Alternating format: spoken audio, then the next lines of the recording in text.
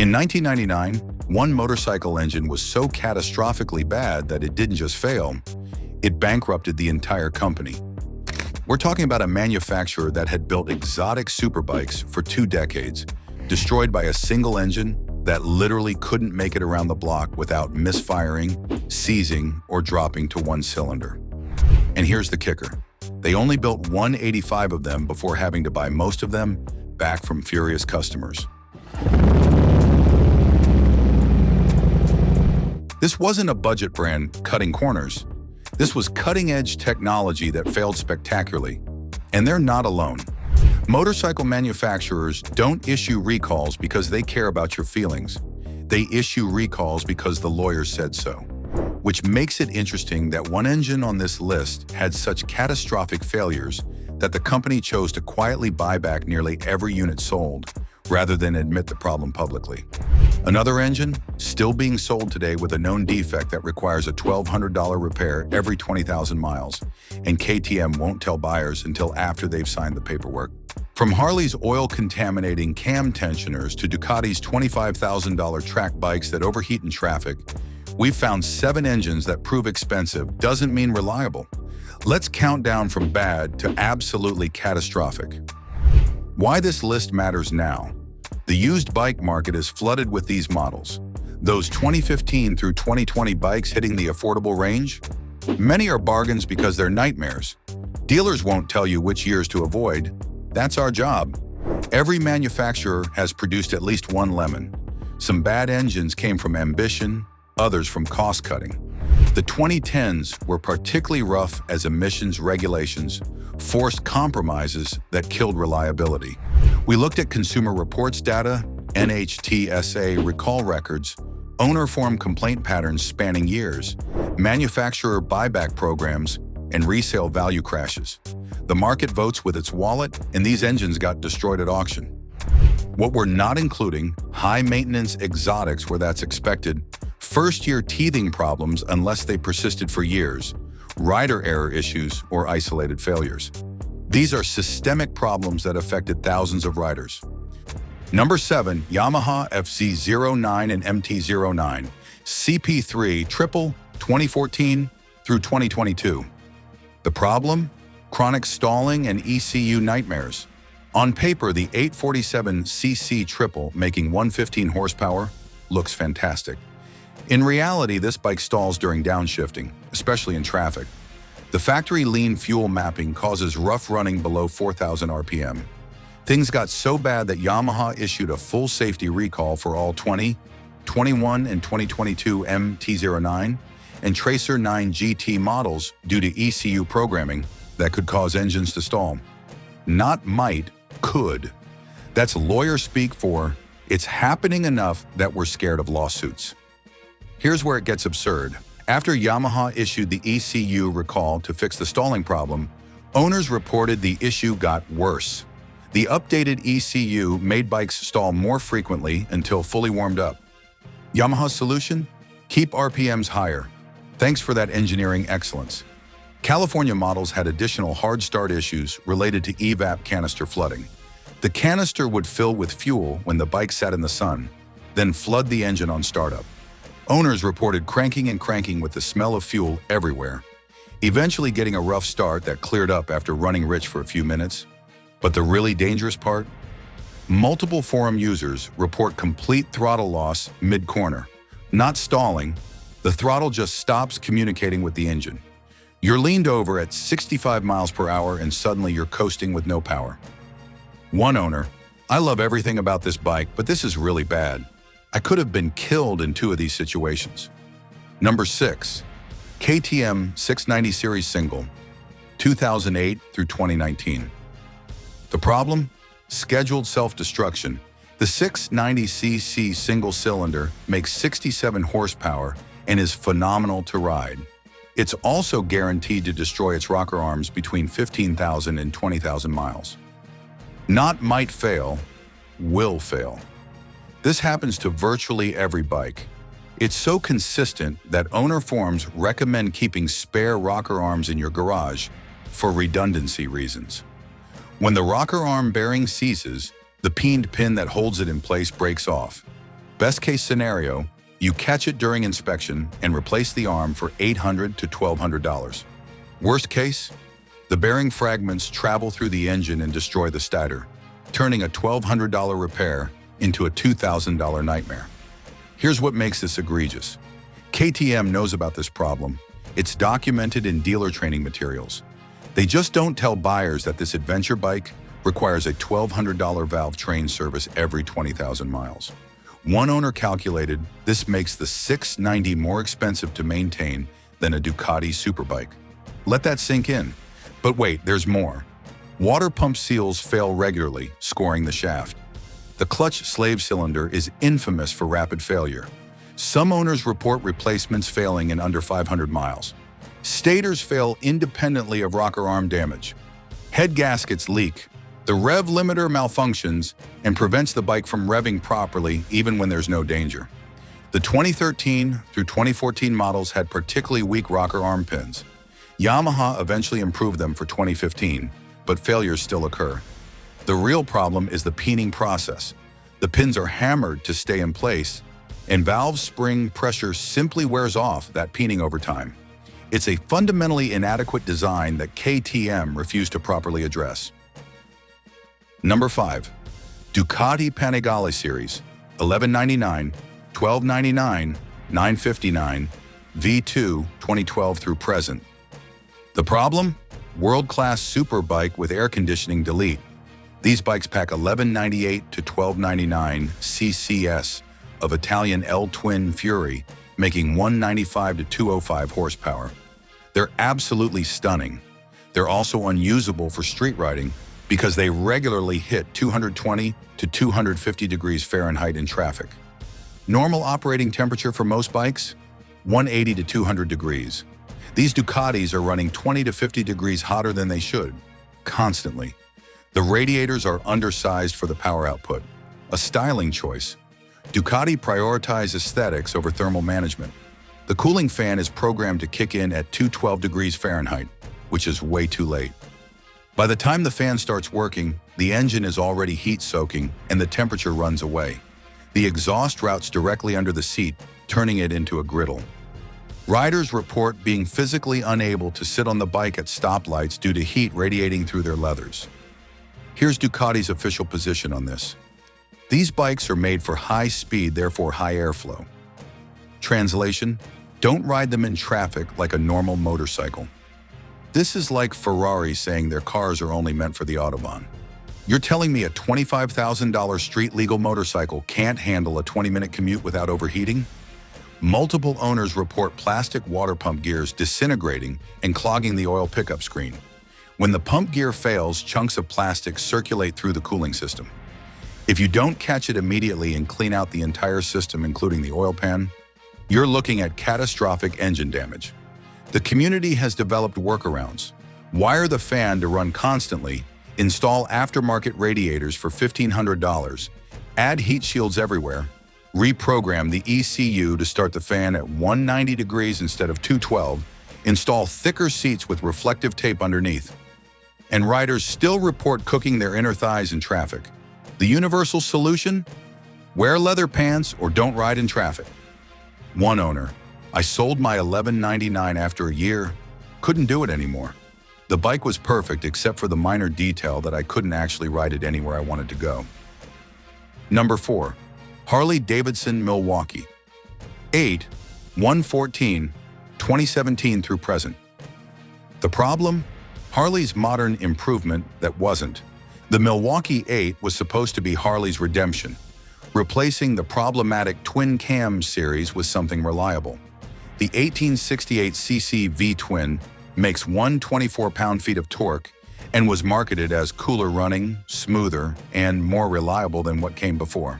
Instead, Harley managed to introduce new problems while keeping some of the old ones. Oil sumping is the big issue.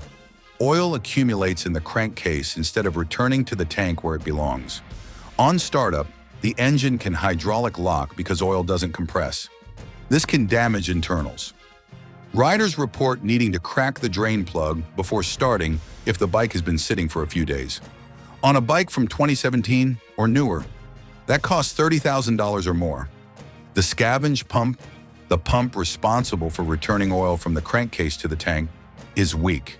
It can't keep up with the engine's oil circulation demands, especially at idle. This leads to overheating because oil is critical for cooling. Oil leaks from rocker boxes and base gaskets are common. Crankshaft runout causes vibration problems. The transmission has clunky shifts, false neutrals, and premature wear. Harley initially denied these problems existed. Then they quietly released service bulletins. Then they started offering goodwill repairs for some owners.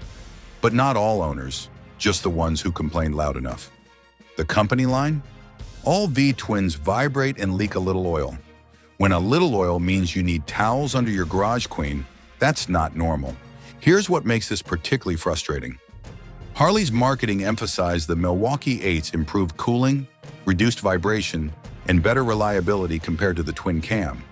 In reality, they created an engine that runs hotter than the Twin Cam in some situations, still vibrates enough to crack mirrors, and added oil circulation problems to boot. Harley dealers keep extra gasket kits in stock specifically for Milwaukee-Eight top-end repairs. Not because they're planning ahead, because it's inevitable. When your dealer stocks failure parts as standard inventory, that tells you everything about reliability expectations. Number 3. Suzuki GT750 Water Buffalo 2-stroke triple 1971 through 1977. Wait, plot twist. This engine is not on our worst list. We're addressing a myth here. The GT750 has a reputation for being unreliable, but owner data tells a completely different story.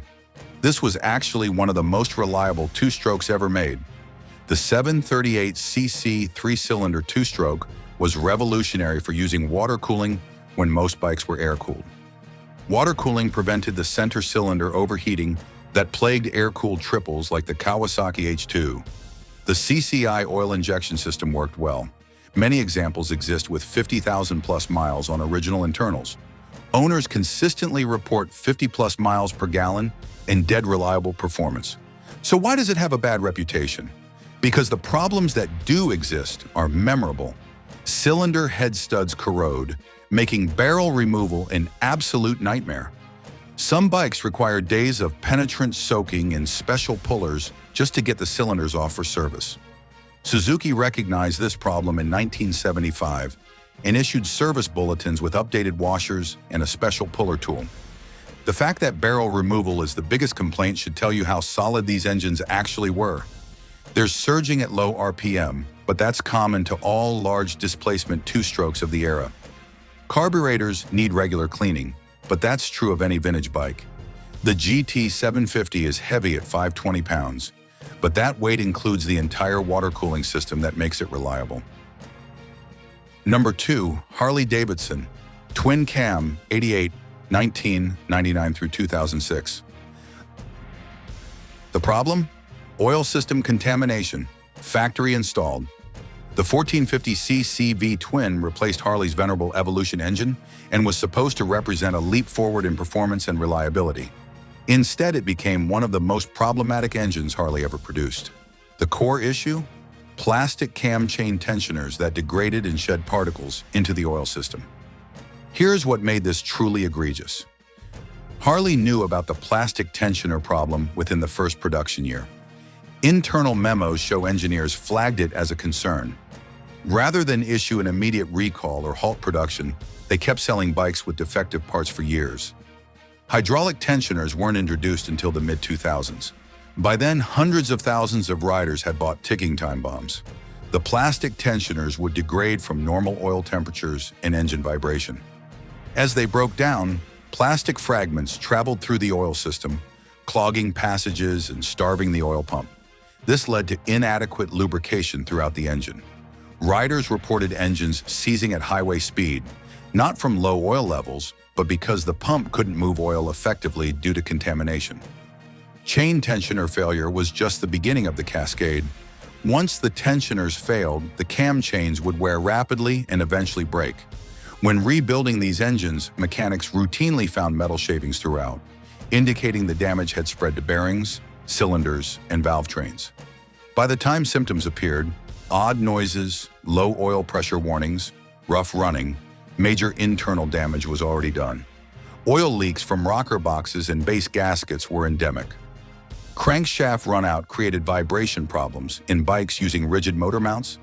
The transmission suffered from clunky shifts, false neutrals, and premature wear. Some of the transmission issues were related to oil contamination affecting clutch operation, but many were simply poor design. The real problem wasn't just the plastic tensioners, it was how Harley handled it. They issued multiple service bulletins over the years, each one quietly addressing specific symptoms without acknowledging the systemic failure. Technical Service Bulletin 2005 addressed tensioners. TSB 2006 addressed oil pumps. TSB 2007 addressed cam chain wear. They treated symptoms while denying the disease. Harley eventually settled a class action lawsuit quietly, without admitting fault. Owners who documented their problems and filed claims received compensation. Owners who didn't know about the lawsuit, out of luck. This is how major manufacturers operate when they screw up but don't want the publicity of a full recall. Number 1. Bimota V-Due 500 1997 through 1999. The problem? Every single thing. This is the engine that started our story.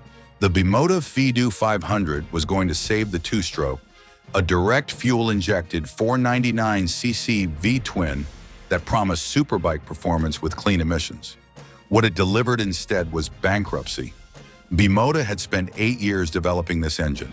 The prototypes with hand-built engines and Ferrari-sourced fuel injectors worked beautifully. Journalists who tested pre-production bikes called them spectacular. But when production started and Bimota had to source mass-market components, everything fell apart.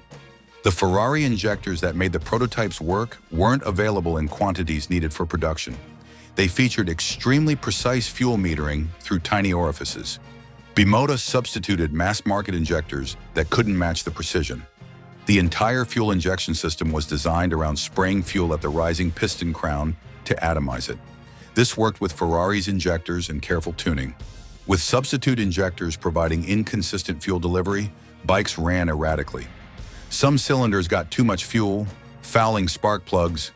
Others got too little, causing overheating and potential seizure. The crankshaft seals were too small for the application and leaked air into the combustion chamber, further disrupting the already fragile air-fuel mixture. It was a house of cards that collapsed immediately. Chris Moss, a British motorcycle journalist, tested a customer specification V-Due when it was new. Almost 20 years later, he remembered. It was fantastic on paper, but the bike just didn't work. The throttle response was awful. It was like the throttle was connected to a different engine. Just unrideable. It wasn't ready for sale. And yet Bimota sold them anyway. Only 185 fuel-injected V-Dues were produced before Bimota recalled the bikes. Owners reported nightmares. Bikes that would start and run for a few minutes, then die. Bikes that ran perfectly for miles, then suddenly dropped to one cylinder. Constant misfiring below 5,000 RPM. Every bike had different symptoms because the problems were so numerous they combined differently in each unit. Mechanics were baffled. Even Bimota's own factory technicians couldn't reliably diagnose or fix the problems because there were too many variables interacting. Was it the fuel injection timing? The injector spray pattern? The crank seals leaking? All of the above? Different bikes failed differently.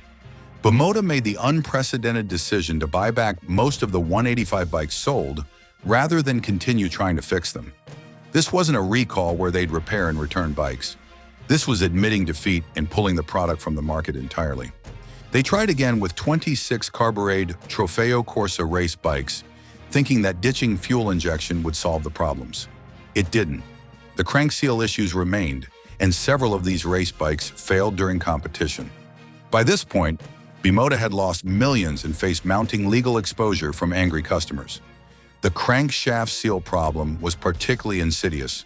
The seals were undersized and there wasn't enough material in the crankcases to fit larger ones. Piero Caroni, an engineer who later bought the V-Due project in bankruptcy, had to cast entirely new crankcase halves with space for properly sized seals. That's not a revision.